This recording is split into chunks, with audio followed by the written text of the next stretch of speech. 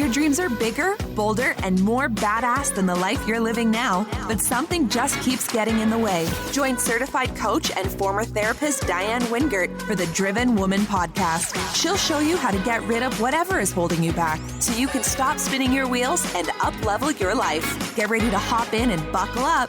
This is the Driven Woman podcast, and we're heading for the fast lane.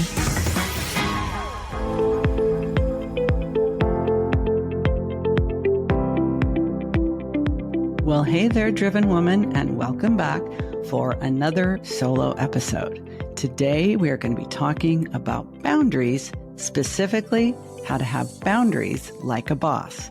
Now, if you're thinking, I'm not a boss, I don't supervise anyone, I don't have a business yet, or I have a business, but I don't have a team. Hold on. That's not what I mean by having boundaries like a boss. Boundaries like a boss simply means you are in control of your time, your energy, your effort, and your focus. See the difference? Now, no matter what lifestyle or stage of life you're in, you are going to have the things that are important to you, the things that you want to be focusing on at any given moment. And then there are going to be other people in your life. Sometimes they're people that you've chosen to have there, like spouses and partners and kids and pets and team members. But sometimes they're the guy outside with the weed blower who's interrupting your podcast recording. It's a personal story. Anyway, boundaries and having boundaries like a boss merely mean that you are taking other people's needs, wishes, wants, preferences, and priorities into account, but you're not letting them interfere with your ability to reach your goals. Whenever a woman tells me other people are taking advantage of her, when her clients are overly demanding, when she can't get her kids to leave her alone, or she's never able to get to bed on time and be well rested, boundaries is always on the list of usual suspects. So before we get into any more detail, I do want to say that boundaries are a universal phenomenon in that we all have to deal with them. But everyone has different ideas about boundaries based on a few things. First of all, boundaries are largely culturally determined, meaning what might look like really loosey-goosey boundaries to me from the U.S. might be really comfortable, healthy, and appropriate for someone from Central America. Someone who grew up in a very touchy-feely, demonstrative, emotional family is probably going to have different boundaries than someone who grew up in a very formal and rigid family. So there is no universal prescription for boundaries. There is no way to have boundaries like a boss that everybody can follow. So if you came to the Driven Woman podcast thinking you were going to find a cookie cutter solution, you might as well just move on to the next show because you ain't going to find that here. I think it's important that we set limits and rules for ourselves to follow, but we don't necessarily insist that other people match ours. Now, if you have a business and you want your team members to follow the model of boundaries with clients that you have set as the CEO, that's another story. But I'm the last person to try to tell you what your boundaries need to look like. I'm just here to highlight issues that I see holding women back in their businesses and lives from being as satisfied and successful as they want to be. And boundaries is a big one on that list. So if you grew up with a family that had very loose boundaries, it will be more difficult for you to have firmer boundaries in your business. If you grew up in a family that had really rigid boundaries, it may take you a little bit of practice to loosen things up in your business and life. But there are certain things that you can watch for that help you determine whether you need to do a little bit of tightening or a little bit of loosening. And we will get into some of that.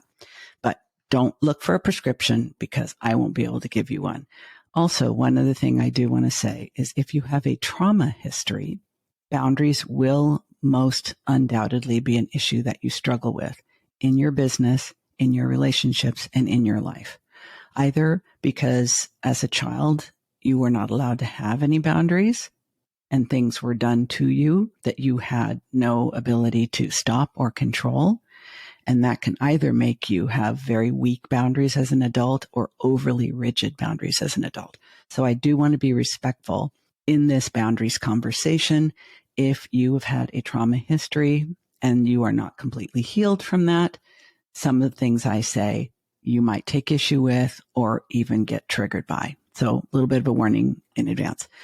So what's a boundary? Well, let's start with something physical because that is something everybody understands, like a door. I was really surprised as a kid when I would go and visit friends' homes and found that in some families, they didn't even have doors to the kids' bedrooms. I mean, they literally took the doors off the frickin' hinges.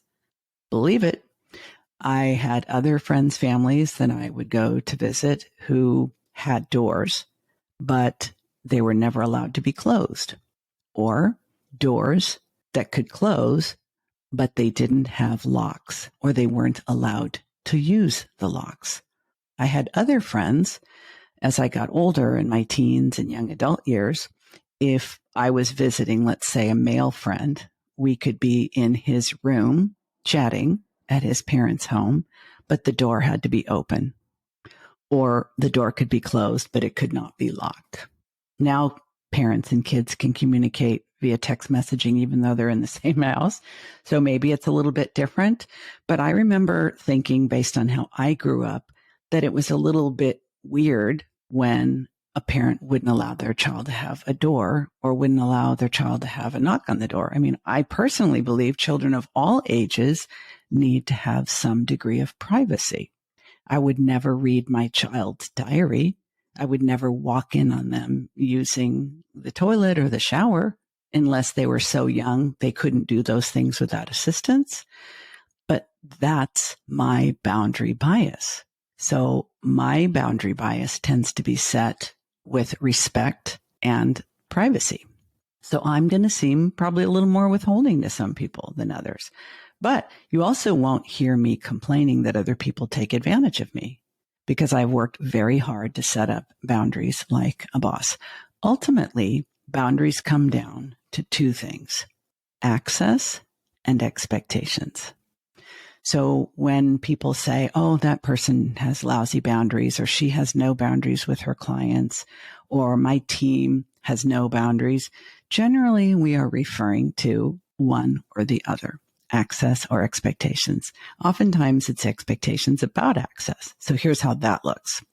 For example, when you are starting with a new client, let's say you are a coach or a consultant, or you own a small service-based business, which is many of my clients. And they're very eager to start working with a brand new client. And especially when you're first starting your business or you are not yet making consistent revenue, you will be very tempted to do this. When do you need me? When would you like to start? As though it's up to the client to make all those decisions. So that, we believe, is coming across as being eager, excited, and collaborative. But it may also unconsciously transmit to that client that I don't have any other work, which may make them think they've made a mistake hiring you because nobody wants to work with anybody that no one else wants to hire. Or it might make you seem inexperienced because you're not setting any limits or boundaries.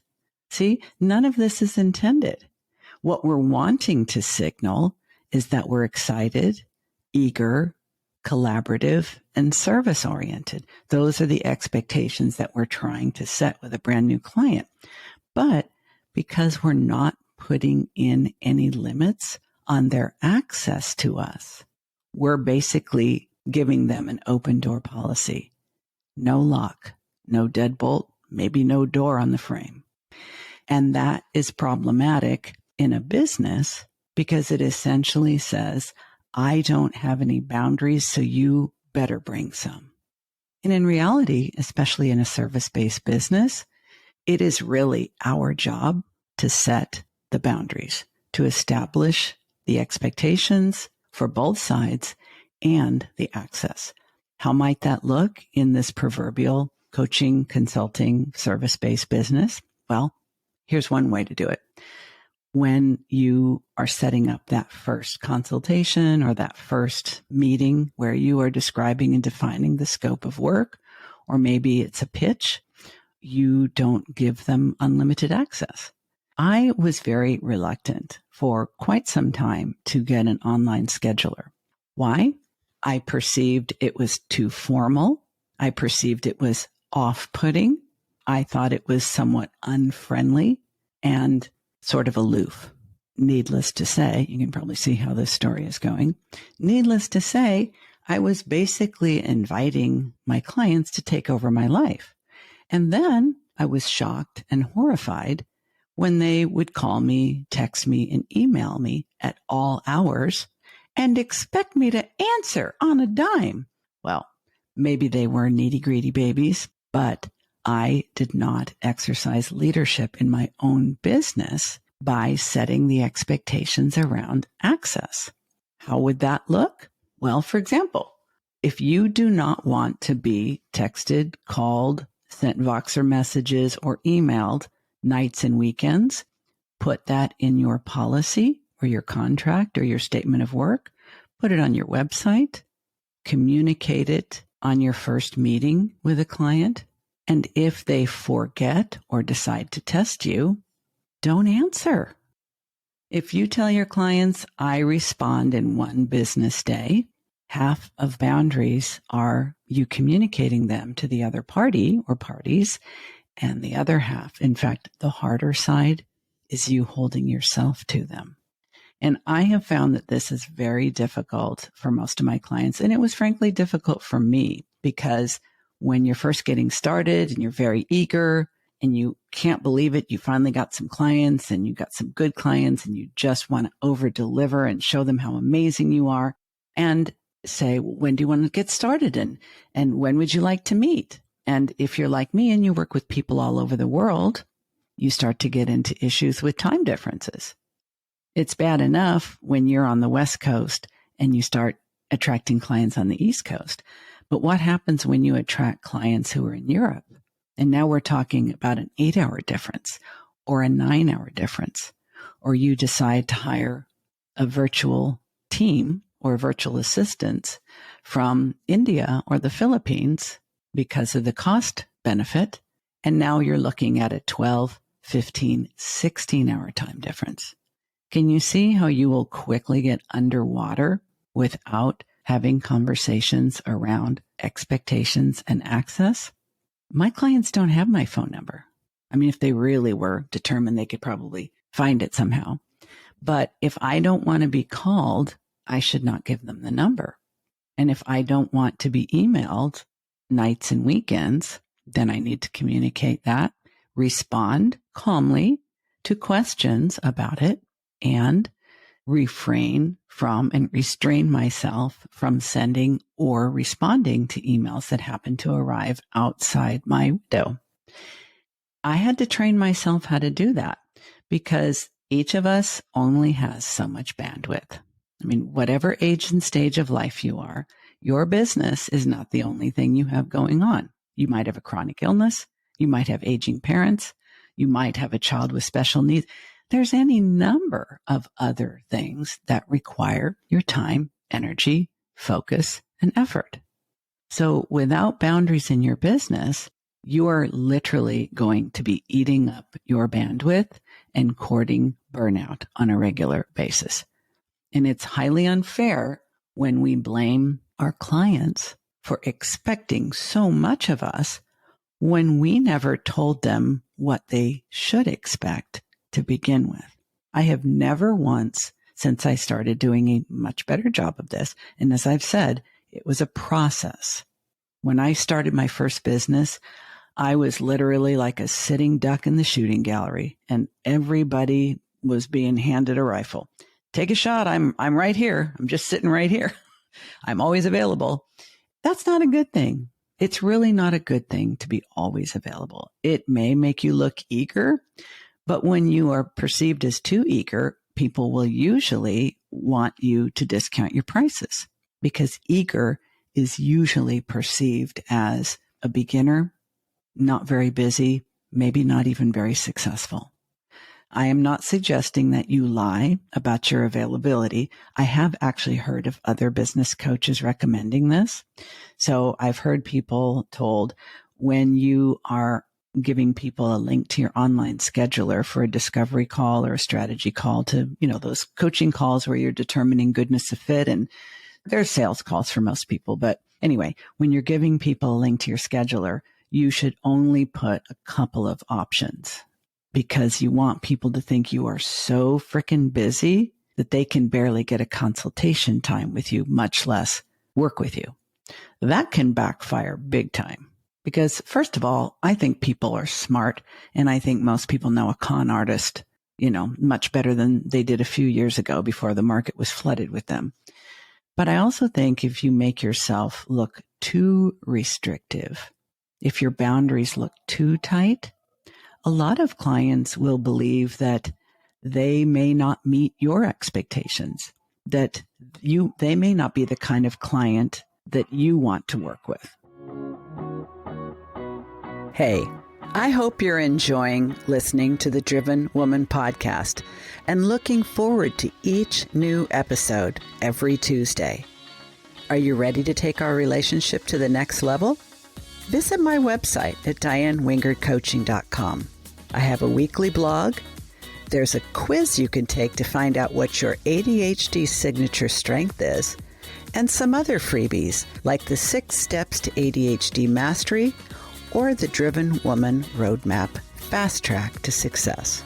And if you're ready to get serious about going from spinning to winning and taking yourself from driven but distracted to focused, fired up, and flame retardant, you should definitely sign up for a free consultation. We'll spend 30 minutes talking about where you are, where you want to be, and whatever's getting in the way. I won't try to sell you if you're not right for coaching, and I'm not the right one for you.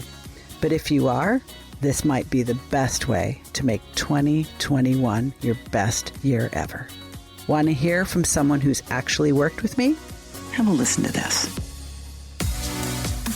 I adopted this phrase of this is what we do here, instead of trying to make it, like for the longest time, I was trying to make it fit everybody's need, where you were attracted. Yes. So that was, I think, the struggle bus. And I don't think I was aware of that. I was, just because I love people. And when you have potential, I can help you get there. So I think I was allowing too much wiggle. And that's what you helped me through mostly in my memory of like figuring out that it's okay to say, no, this is what we do here. This is that stance. And that's how Beyond Common, 12 Essentials for Success in Life, it finally was completed. It was just like this pieces and parts of things that we had done that worked to make us successful. But it was like through that figuring out how to connect everything. And definitely your influence helped me so much. Like it was like, you're an angel. So how do you know where to set your boundaries? How do you know when you're not being too loose or too tight? I find that what's really, really helpful is don't only look at the number of hours you're putting in. I mean, you can look at your calendar and say, wow, I have clients in Europe and I have clients in Asia and I have clients all over the US. So I am doing calls at 5 a.m. and at 10 at night. And I have clients that can only meet on the weekends. When I was a psychotherapist in private practice, I always saw other clinicians who were literally taking clients at whatever time the person wanted to be seen, on whatever day they wanted to be seen, and they were usually out of business in 2 to 3 years. Not because they weren't good therapists, they were freaking exhausted. So I think understanding your actual bandwidth and how many hours can you actually work in a day and not feel like you're no longer on your A game. If you're not a morning person, I don't care how many European clients you attract when you live in the US. If you need to see people at 5 or 6 or 7 a.m., it's probably not meant for you. And if you can only genuinely work with 4 one-on-one clients in a day or in a week, without feeling burned out or resentful, then that is your limit. Not setting boundaries means we exceed our bandwidth. Now, you can blame it on the other person, but it's up to you to determine what those boundaries need to look like based on your actual bandwidth, not what you think it should be, not what other people in your space do, not what your biz bestie recommends, or even your business coach. This is your business, your life, and the boundaries need to be set by you, respecting your actual bandwidth. If you exceed your bandwidth on a regular basis, you will burn out. And that would be a real shame because nobody goes into business for themselves to fail, right? But nobody can exceed your boundaries without your full cooperation. So the areas that I want you to pay attention to and look at are the number of hours in the day. How many hours a day can you actually work and be able to bring your A game to every single client that day? I've learned my limits. I learned them the hard way by exceeding them. I have learned what the earliest meeting I can do is and be on the mark, and what the latest meeting I can do and still be on the mark. I have learned that I really don't want to be available whenever anyone wants me to. And I'm even willing to lose a potential client who tells me the only time we can meet is at X day, X time. If I know that's going to push me outside of my bandwidth, I know this is not a relationship that is going to go well. And when you are a coach or consultant, goodness of fit and a genuine rapport is the most important thing. So that's one I have to say no to. It's that important to me that I respect my own boundaries, because I know it's just a matter of time where the relationship will be less than optimal. I'm only human. And if I allow someone to convince me to work with them outside my normal hours or give them anything above and beyond what I usually do, it's not going to go well. Sometimes we have to learn this the hard way. Sometimes we have to learn that our boundaries are too weak by having them breached again and again and again. But I want you to be really honest with yourself. I want you to take responsibility for your boundaries and your business. And remember that anyone who has access to you outside of your bandwidth and outside of your preferred working hours and working limits, you're allowing that. Please don't tell me or tell yourself that that is the industry standard, because that doesn't matter. It doesn't have to be your standard. And frankly, in any industry, I would say in every industry, there are always clients who will rise to the challenge when you set the bar where it needs to be. I remember a couple of years ago, I had a client who claimed that she really wanted to work with me, and I was definitely the coach and consultant for her. But because of all of her other demands, there was only one day, one time of day, and that's when it had to be.